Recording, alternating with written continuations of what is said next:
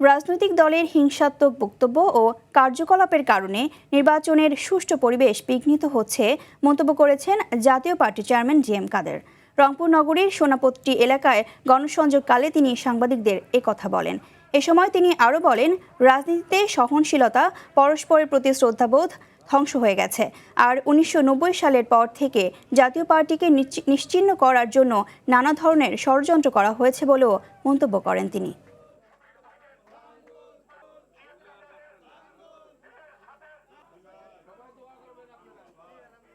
তাদের যে হিংসাত্মক বক্তব্য এবং হিংসাত্মক কার্যকলাপ, এটা তো ডেফিনেটলি যেটা ইলেকশনের যে সুষ্ঠু পরিবেশ তাকে বিঘ্ন করছে বলে আমি মনে করি।